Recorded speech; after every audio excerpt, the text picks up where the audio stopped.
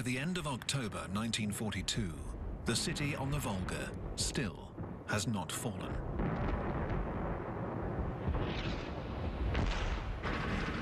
The Führer announces to the German people, "We have taken Stalingrad.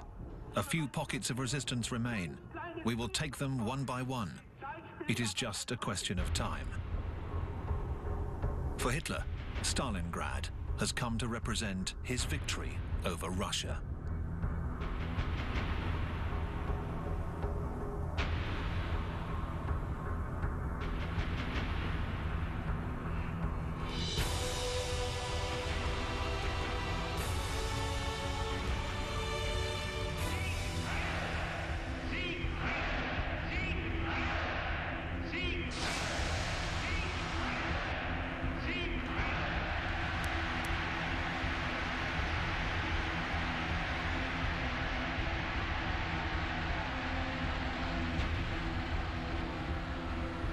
After 2 years of fighting in Russia, the Germans have threatened to vanquish the Eastern Giant.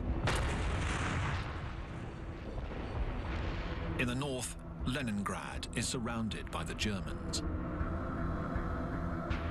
It has been a year since the Germans entered this northern city.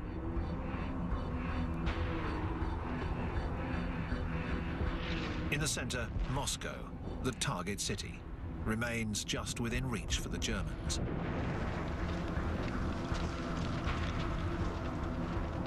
In the south, the drive towards the Baku oil fields has come to a halt in the Caucasus Mountains. In Stalingrad, the Soviets are holding their ground.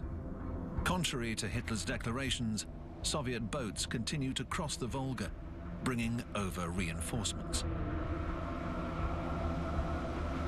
Every day, thousands of young Russian men, sometimes without any weapons or military training, are disembarked on the riverbanks.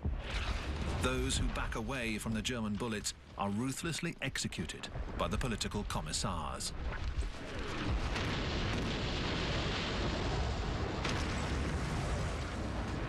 On the 7th of November, the anniversary of the revolution, the beleaguered soldiers holding Stalingrad and the Soviet troops all along the front listen to their commander-in-chief, Stalin, make this astonishing declaration.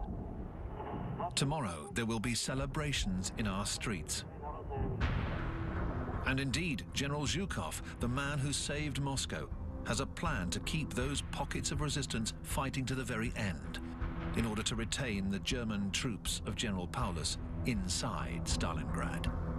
On the other side of the Volga, Zhukov is secretly putting together an entire army. The country has been ravaged, 1/4 of its territory lost. But the entire Soviet Union is toiling away to provide this new army with huge amounts of equipment. Factories that were moved out and rebuilt behind the Ural Mountains are operating 24 hours a day. In this endeavor, lives will be sacrificed.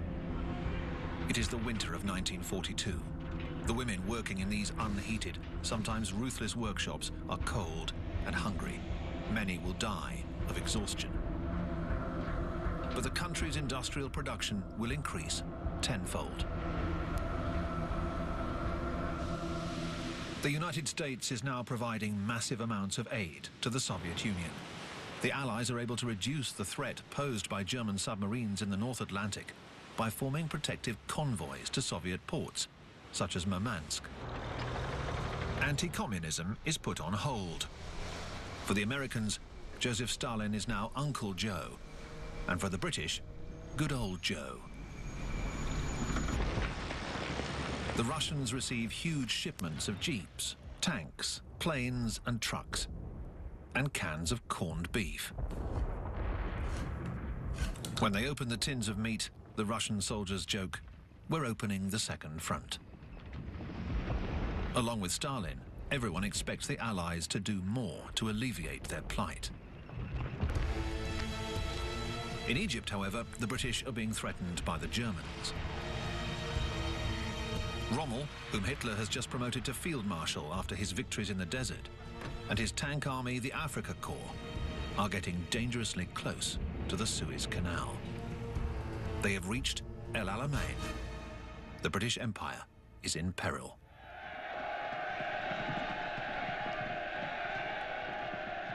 The British Prime Minister Winston Churchill comes to encourage his army in the desert. The situation is grim, but he retains his sense of humour and shares cheerful moments with his men.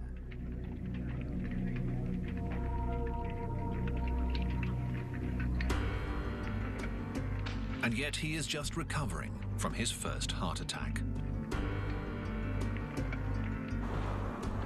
He meets with the newly appointed General Montgomery. Montgomery wasn't Churchill's first choice. And all of these soldiers in the desert are a little worried. The British, the Australians, the New Zealanders, the South Africans, and the Free French. As soon as he arrived, Montgomery, the son of a clergyman, ordered a new program of strict rules and discipline to be imposed. He is cautious. He waits until his army is superior in terms of both men and equipment. The new American Sherman tanks, for example, built for speed and power.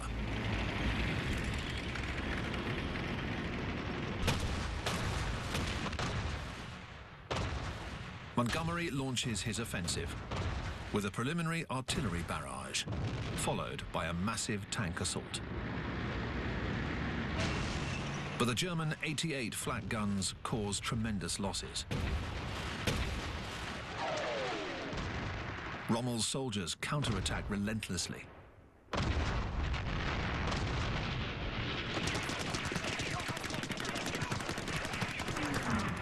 The battle turns into a bayonet charge, just like in the Battle of the Somme in 1916, with heavy casualties on both sides. In this deadly game, it is the side with the most men that wins. In a letter to his wife, Rommel writes, "We're simply being crushed by the enemy's weight." He receives a message from Hitler. There can be no other thought than to stand fast, yield not a yard of ground. Rommel writes back to his wife, "I rack my brains for a way out of this plight for my poor troops.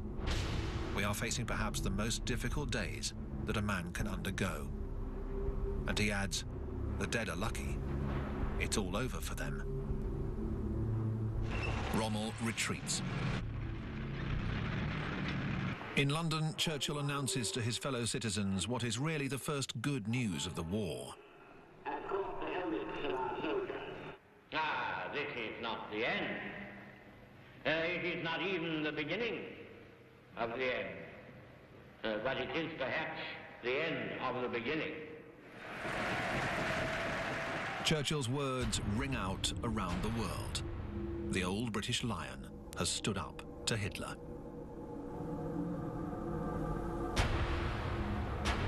Back in his headquarters, the Wolf's Lair, Hitler is scornful. He says, "It is just a setback. The war will go on."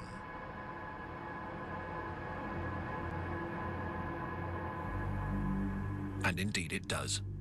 The Allies open up a new front in North Africa, a first step towards controlling the Mediterranean.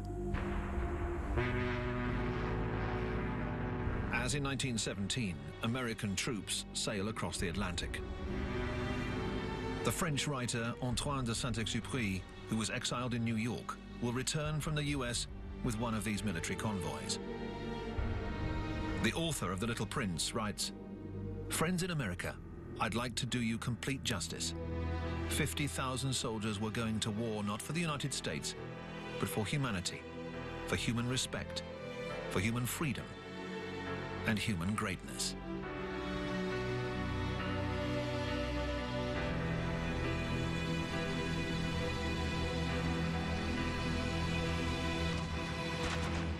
Off the coast of Casablanca and Oran, the British and Americans are greeted with cannon fire from the Vichy French.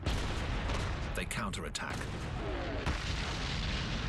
North Africa is still controlled by the Vichy regime, which collaborates with the Germans. The fighting is violent, and the Vichy forces suffer extensive damage.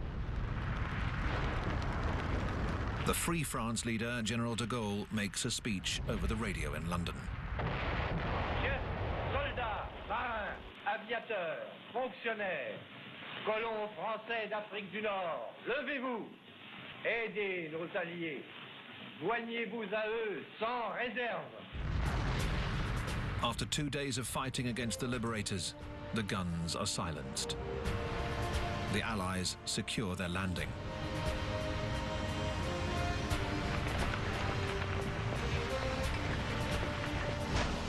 In Algiers, the pragmatic US Commander-in-Chief, General Eisenhower, negotiates with the Vichy regime's military commander, Admiral Darlan. Darlan is one of France's most die-hard collaborators, who had even met Hitler. He decides to switch sides, and the French forces in Algeria and Morocco join the Allies. A few weeks later, Darlan will be assassinated by a French resistance fighter. Many of the French in North Africa greet the Americans warmly.